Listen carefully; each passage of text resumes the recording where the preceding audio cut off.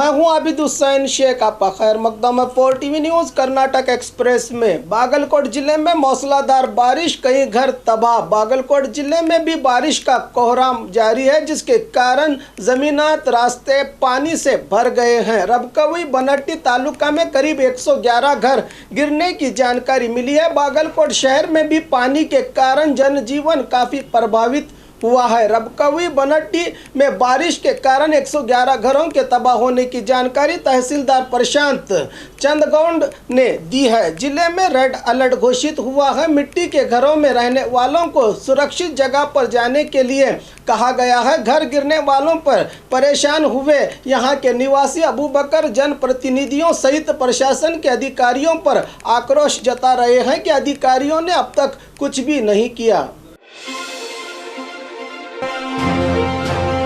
Traffic police के साथ भिड़ गया बाइक सवार, वीडियो वायरल। रास्ते में जाते समय वाहन के कागजात दिखाने के लिए पुलिस ने एक व्यक्ति को रोका। इस मौके पर व्यक्ति के हाथ से मोबाइल गिरकर टूट गया। इसी बात को लेकर यह व्यक्ति पुलिस कांस्टेबल से कह रहा है कि पहले मेरा मोबाइल दुरुस्त करके दे दो, पहले दुकान चलो, तुम्हारे रोकने के कारण ही ऐसा हुआ है। यह घटना बेंगलुरु के माइको लेआउट के सेंट जॉन्स अस्पताल के पास घटी है। जनता के समझाने पर भी ये व्यक्ति पुलिस के पीछे पड़ा है, जिसका वीडियो काफ़ी वायरल हुआ है। अब पीएसआई आकर मामला निपटाने की कोशिश में लगे हैं। पानी में बहकर व्यक्ति लापता। ग्राम में काफ़ी बारिश होने पर खेत जाकर फसलों की हालात देखने पहुंचा व्यक्ति लापता होने की दुर्घटना बीजापुर जिला सिंदगी तालुका के मुड़सावड़गी ग्राम में घटी है। सुबह करीब 7:30 बजे के करीब ग्राम के शिवपुत्र नाटीकर अपने फसलों की खबर लेने घर से चले थे, मगर नाले के पानी में बहकर लापता हुए हैं। सिंदगी तहसीलदार संजीव कुमार मौके पर पहुंचे हैं। व्यक्ति की तलाश जारी।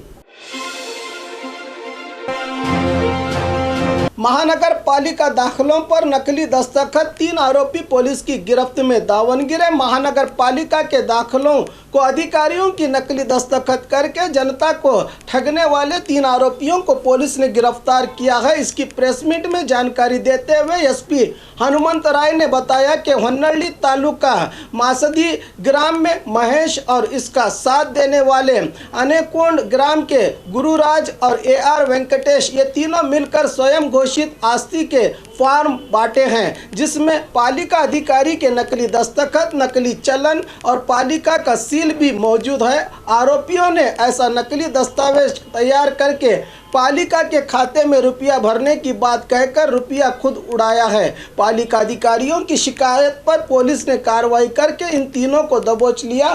कई सालों से ये तीनों लोगों से रुपया लेकर टैक्स भरने का काम करते आ रहे हैं, बताया एसपी ने।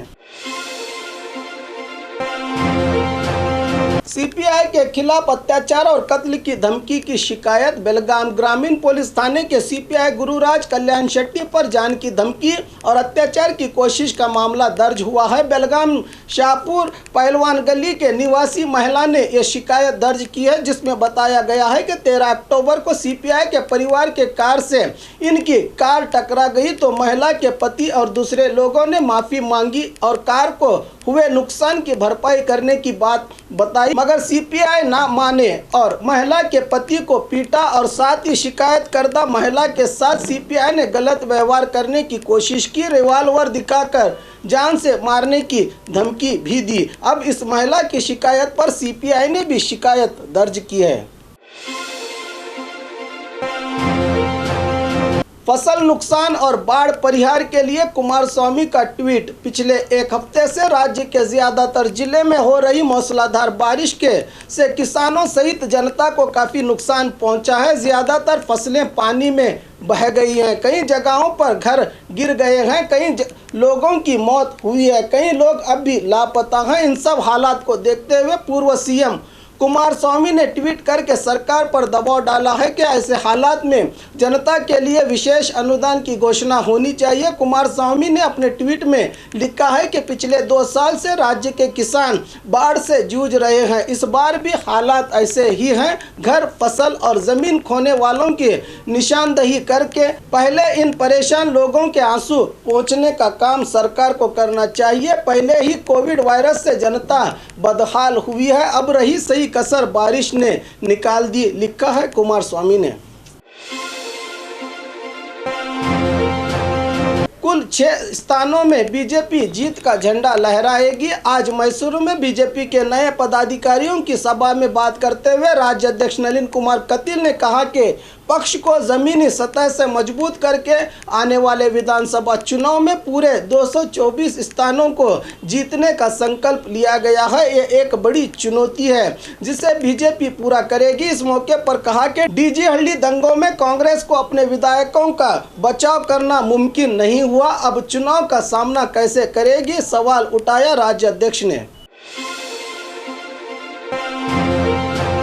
आज से राज्य भर में सिनेमा थिएटर को खोलने की अनुमति। कोविड वायरस के कहर को देखते हुए राज्य में सोशल डिस्टेंस का ख्याल करते हुए पिछले 7 महीनों से सरकार ने सिनेमा थिएटर को बंद करने का आदेश दिया था। आज से थिएटर पर लगाई गई पाबंदी को सरकार ने निकाल दिया है, मगर बेंगलुरु सहित कई जिलों में थिएटर आज खुले दिखाई नहीं दिए। दावनगिरी में तो एक भी थिएटर नहीं खुला। यहाँ के त्रिशूल थिएटर में सभी गेट बंद ही दिखाई दे रहे हैं। इस पाबंदी के कारण कार्मिकों का वेतन वगैरह खर्चों को लेकर थिएटर मालिकों को काफ़ी नुकसान पहुंचा है। पहले सरकार के नियमों के अनुसार थिएटर को सैनिटाइजेशन करना होगा और सीटों के आधार पर आधे ही लोगों को सिनेमा देखने की अनुमति होगी। दूसरी तरफ फिल्म देखने आने वालों की कोविड जांच ज़रूरी है। अब लाखों का खर्च करके सिनेमा का प्रदर्शन शुरू भी किया जाए तो क्या जनता सिनेमा देखने आएगी? ये एक बड़ा सवाल बना है। कपास की फसल के बीच गांजा, व्यक्ति गिरफ्तार। कपास की फसल के बीच गांजे की फसल बोने वाले एक व्यक्ति को गदग तालुका के मुलगुंड पुलिस ने गिरफ्तार कर लिया है। मुलगुंड के पास एली शिरुंड ग्राम के रास्ते में स्थित अपने खेत में चन्नप्पा नागप्पा अरेर नामक व्यक्ति को पुलिस ने गिरफ्तार करके आरोपी के खेत से करीब 17,000 कीमत के गांजे के पौधे जब्त किए गए हैं। पुख्ता जानकारी के आधार पर की गई इस कार्रवाई में पीएसआई सचिन आलमेलकर सहित तहसीलदार भी इस कार्रवाई में भागी रहे। बीजेपी जेडीएस के बीच जात की जंग छिड़ी है। रेवन्ना आज हासन के प्रवासी मंदिर में पत्रकारों से बात करते हुए जेडीएस नायक रेवन्ना ने कहा कि बीजेपी और जेडीएस के बीच जात को लेकर मसला उठा है। हासन नगर सभा अध्यक्ष स्थान एसटी समुदाय के लिए आरक्षित है। शहर के वार्ड नंबर 34 के उम्मीदवार मोहन एसटी समुदाय के नहीं हैं। ये मराठा हैं। इनकी जात 3B में आती है। कई बार अर्जी करने पर भी अब तक अधिकारियों ने जांच नहीं की। वाल्मीकि समुदाय को धोखा देकर ये एसटी बने हैं। हासन के एससी जगदीश ऐसे खिलवाड़ करने में काफ़ी माहिर हैं। इन्होंने अपनी जात का झूठा प्रमाण पत्र पेश किया है। पिछले असिस्टेंट कमिश्नर को रातों रात ट्रांसफ़र किया गया है। ये मामला अभी कोर्ट में पेंडिंग है, इसलिए इस स्थान को छोड़कर चुनाव करनी चाहिए। चुनाव आयोग एक रबर स्टाम्प की तरह काम कर रहा है। जिले में कानून सुव्यवस्था नहीं है, सब दफ्तरों में अंधा दरबार चल रहा है, कहा रेवन्ना ने। कृषि अधिकारियों की छापामारी, 450 अवैध खाद की बोरियां जब्त। कोलार जिला मालूरू तालुका कुड़गिन बेले गांव में किसानों को मिलने की खाद यूरिया की 450 बोरियों को अवैध रूप से प्राइवेट कंपनी मर्क्यूरी पॉलीमर्स के गोडाउन में छुपाया गया था। इसकी जानकारी के आधार पर जिला कृषि अधिकारी चंद्रप्पा की नेतृत्व वाली टीम ने छापामारी करके कुल 450 यूरिया खाद की बोरियों को जब्त कर लिया है। यह मामला मालूरू पुलिस थाने में हुआ है दर्ज।